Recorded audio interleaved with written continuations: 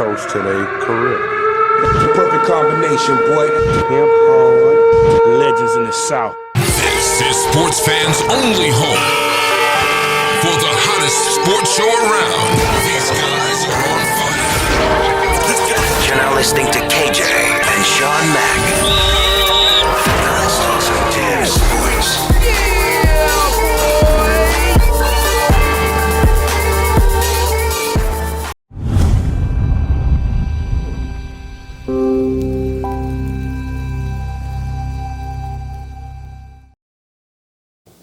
Thanks for tuning in. Sports fans only. C. Anthony back with another video. On deck today we have David Benavidez versus Jermall Charlo. This fight, war words, is starting to heat up a little bit. Benavidez was calling out Charlo. Charlo calling out Benavidez.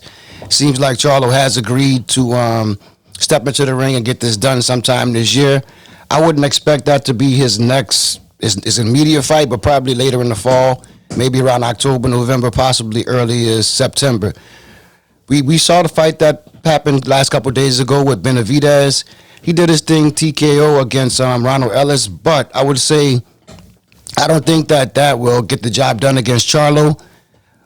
I think we all know Benavidez, strong, come forward fighter, likes to press, keep the pressure on you, throws a lot of punches and bunches, tries to wear you down. Not so much of a heavy hitter. Versus Charlo, I'd say, boxer, puncher, KO power. If he sniffed that if he smell like anywhere where you're a little bit hurt, he get you out of there, TKO, KO, whatever, real quick. So I like to say on this one, the job that Benavidez did this weekend, first off, congratulations on the victory and everything like that, but I would like to say I don't think that he can get that done against Charlo. I think he'll like I said, boxer puncher with Charlo. I think that he'll at some point. I think he'll just keep walking to Charlo, and he'll kind of walk into shots. I don't see the head movement. I don't see the footwork. I see the robotic mechanics come forward. Which to me, in my opinion, he's tailor made for Jermall. I think 4th, 5th, possibly 7th round could get a stoppage there. I definitely don't see this going 12.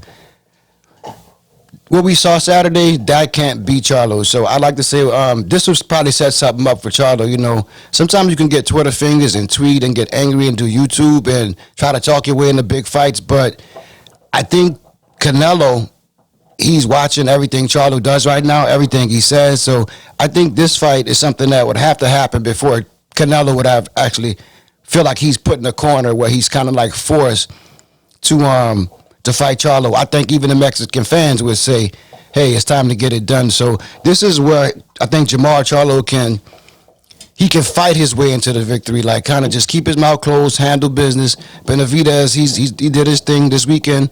Charlo will probably get a tune-up fight, possibly maybe like June, July. Definitely not May. May is going to be supposedly seem like a big month. Also, maybe not even June, because June, that's going to belong to Fury and AJ. So I'm thinking this will be a good fight. Benavidez won't change a thing. He'll come straight forward. He'll try to punches and bunches. He'll try to wear him down, try to break you physically and mentally, try to see where your stamina is. But I think that's right up Charlo's alley. Charlo can go 12. He has KO power in both hands. He can get on his toes and box. He can go to the body. Left hook is killer. Good, decent, straight right hand. But his thing, the kid, is conditioning. Great conditioning. Derek James going to be there with him. His brother's going to be there with him. And this will set up that fight possibly at 168 if he ever wants to get in there with, like, really sign on the contract with the big man, Canelo Alvarez. So this will set that up. One thing I'll say is he'll get a lot of props for even attempting to go get that fight at 168 with Benavidez. I think it'll take him some time to get there, but if he can do that, I think he's definitely in position to put Canelo in a fix where I think Mexico might start demanding the fight. A lot of people will talk about it, make videos about it. So Eddie Reynoso, I'm sure he'll have Canelo ready. But back to Benavidez and Charlo. That's something that's probably going to happen in 2021. It's time for Charlo to get in there, because if he doesn't take this fight, first of all, I'll say it's only talk. Contract hasn't been sent, but he's agreed to terms, agreed to fight. I think Benavidez, he'll sign a contract with no hesitation as long as there's not a lot of stipulations and restrictions as far as, like, you know, Charlo, some of the things he's been saying seem suspect. He wanted the COVID test because Benavidez is under 25 years old. You know, he started to say he's a natural 154 guy.